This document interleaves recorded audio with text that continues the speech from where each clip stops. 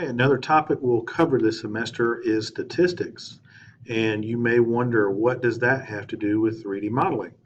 Well, the short answer is that when you're creating a 3D model, you presumably have some type of purpose, like you're solving a problem. And before you solve a problem, you have to define it and understand it. And you do that by sometimes gathering information or gathering data about it.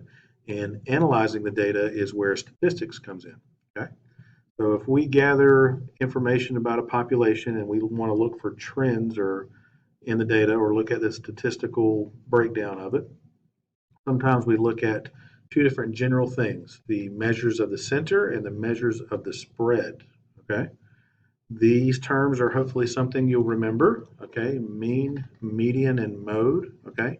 Mean is just another word for average. So we take all the points in a data set, sum them up, and then divide by the number of points in the data set. The median is the very middle of the data set. If we ordered it from least to greatest, the very middle is the median. So just think of a median in the middle of a road. And the mode occurs when you have data points that occur multiple times. If they're repeated multiple times, then you have a mode. Okay.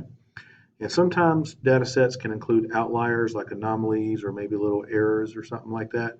Sometimes outliers can be omitted. All right, so the first thing is our mean. This is the formula for mean that uses some letters from the Greek alphabet, and that formula is correctly read as the mu equals the summation of x sub I over n. And that's just a fancy way of saying add up all the numbers and divide by the number of things that you added up. Okay. So in this example, we have 5 points in this data set. We add them all up. The summation is 10.60. The number of points in the data set is 5, n equals 5. So we divide that by 5, and mu, or the mean, is 2.120. Okay? And just a little footnote about rounding in statistics. You don't round anything until you get to the final answer.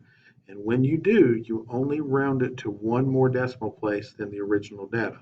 And we'll talk a little bit more about why that is later. Okay. Median, again, that's the middle of your data set. Okay. So if you're looking at the median of a set with an odd number of points, once they've been ordered least to greatest, is simply the number in the very middle. But when you have an even number of data points, you take the average of the two middle numbers, and that's your median. Okay. And moving on to mode. Okay. When we get to a mode, we take the data and order it from least to greatest because that makes it easier to recognize the mode. Any number that repeats is a mode. So in this data set, it is a single mode. We move on to this example, and we have two numbers that repeat an equal number of times. It is bimodal because it has two modes. And in this example, we have three numbers that all repeat. So it is multimodal. Okay, those are the modes of the set. They're repeating data points. Okay. All right, so also those were measures of the central tendencies. We also want to look at how spread out is our data. Okay, that brings us to range. Range just means what's the largest number minus the smallest number. So range is x sub max minus x sub min.